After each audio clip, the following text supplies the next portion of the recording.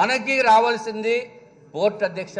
ఆ పోర్టుకి alternative land ఇమ్మని చెప్పి ప్రభుత్వం, కేంద్ర ప్రభుత్వం లెటర్ ఇవ్వడం జరిగింది, ఇప్పటి వరకు ఇవ్వలేదు అధ్యక్ష. అట్లాగే కడప స్టీల్ ప్లాంట్ కూడా, Kadapa steel plant is under process, అది కూడా వస్తుంది, దానికి ప్రాబ్లం లేదు అధ్యక్ష. అధ్యక్ష రైల్వే జోన్ వస్తుంది, దానికి ప్రాబ్లం లేదు, ఇంకేం చేయలేదు అధ్యక్ష. అధ్యక్ష చట్టంలో లేనటువంటి కూడా, చట్టంలో లేకుండా ఉన్నటువంటి కూడా ఇవన్నీ వీళ్ళకి చెప్తే అధ్యక్ష అసలు మైండ్ చాలా ఇబ్బంది పడిపోతారు అధ్యక్ష. ఏం చేయాలో అని తెలియనటువంటి పరిస్థితి వచ్చేస్తుంది అధ్యక్ష. చట్టంలో లేని కూడా కేంద్ర ప్రభుత్వము రాష్ట్ర ప్రభుత్వానికి చేసింది అధ్యక్ష.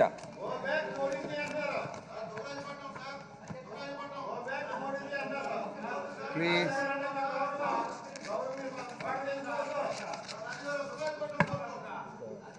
yes please అధ్యక్ష చట్టంలో లేని ఇన్స్టిట్యూట్స్ కూడా, ఎన్నో ఇన్స్టిట్యూట్స్, ఎన్నో సంస్థలు కూడా మన ఆంధ్ర రాష్ట్రానికి ఇచ్చినప్పుడు కూడా కనీసం థ్యాంక్స్ అనేది కూడా ఉండదు అధ్యక్ష.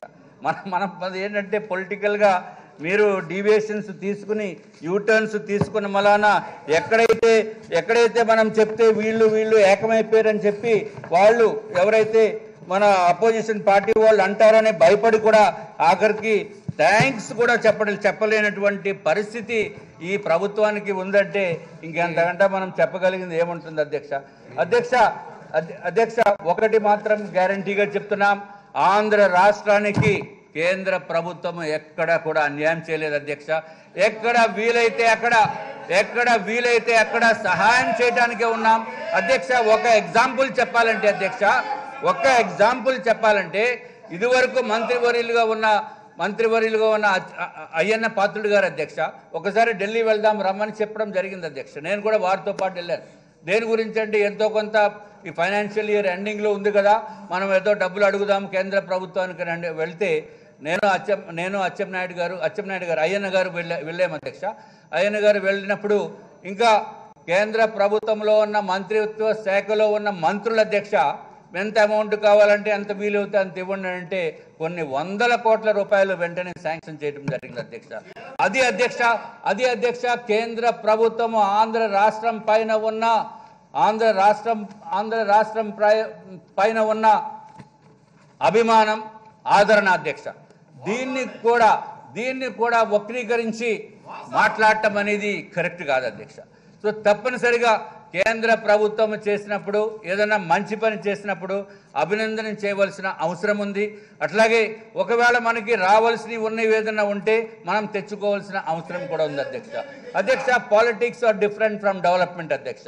So Bharatiya Janata Party believes in development, not in politics.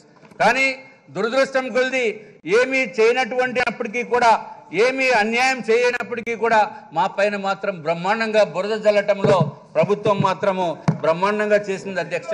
ఎక్కడ చూసినా దీక్షలు, ఇవాళ బ్లాక్ డే అని చెప్పి నల్ల డ్రెస్సులు వేసుకుని ఏదో అన్యాయం చేసేసారని చెప్పి చేయటం అనేది న్యాయం కాదు అధ్యక్ష. ఇది సరి అయిన విధానం కాదని చెప్పి మీ ద్వారా తెలియజేసుకుంటూ ఇంకొక ఫైనల్ కన్క్లూజన్ అధ్యక్ష, ముఖ్యమంత్రి గారు కూడా ఉన్నారు కాబట్టి వారికి కూడా వినాలనే ఉద్దేశంతో నేను చెప్తున్నాను అధ్యక్ష. ఆంధ్ర రాష్ట్ర అభివృద్ధి గురించి భారతీయ జనతా పార్టీ తప్పనిసరిగా కట్టుబడి ఉంటుంది, ఏమాత్రము సందేహం లేదు. దానికి ఇప్పుడు ఎగ్జాంపుల్ చెప్తున్నారు అధ్యక్ష, 350 కోట్ల రూపాయలు ఇవ్వలేదని. మీరు టెక్నికల్గా అన్ని ఇచ్చి ఉంటే నన్ను పంపమనండి అధ్యక్ష, ముఖ్యమంత్రి గారిని నన్ను పంపమనంటే నేను వెళ్ళి తీసుకొస్తాను. I will take that responsibility of getting the 350 crores because Andhra రాష్ట్ర అభివృద్ధికే మేము ఉన్నాం తప్ప పాలిటిక్స్ గురించి మాత్రం కాదని చెప్పి మీ ద్వారా అందరికీ తెలియజేసుకున్నాం అధ్యక్ష.